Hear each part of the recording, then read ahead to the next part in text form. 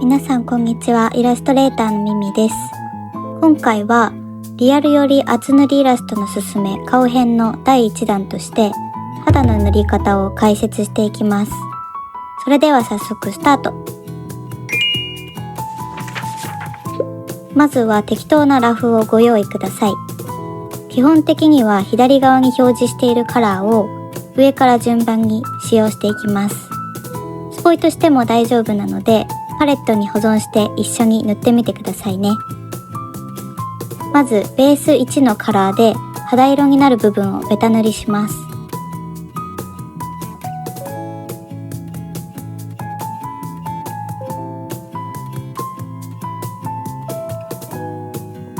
そこに新しいレイヤーをクリッピングして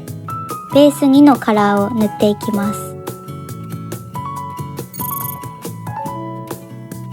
塗る範囲は顔の横ラインの中心と首や鎖骨付近、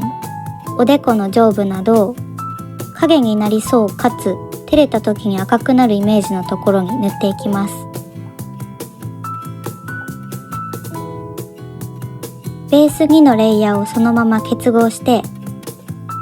定山モードのレイヤーを作りクリッピングします。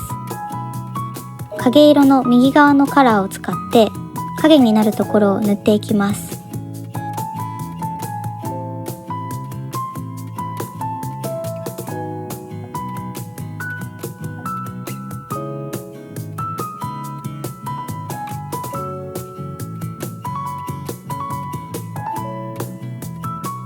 鼻の影がこんな感じでほっぺたに落ちていると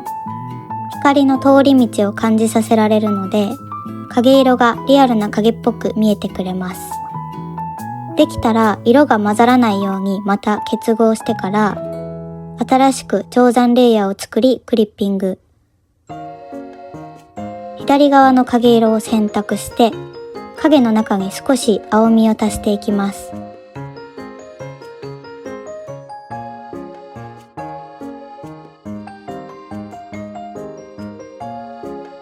できたらまた結合して今度は通常レイヤーをクリッピング。血色の右側を使ってチークやリップ、目元や鼻先を中心に血色感のベースを作っていきます。厚塗り溶かし水彩を使ってのせて指先機能でぼかす作業を繰り返しています。血色感のベースができたら左側の濃い血色を使ってリップの内側や目の粘膜などより血色感を強めたいところに溶かしながら塗っていきます。ちなみにぼかしに使う指先ツールにも厚塗り溶かし水彩を割り当てています。そしたら今度はサブサーフェススキャッタリングっていう光が半透明な物体の表面を透過した時にできる現象があるんですけど、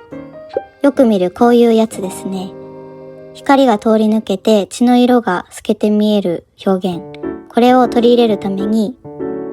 肌色と影色の境目にオレンジを入れていきます。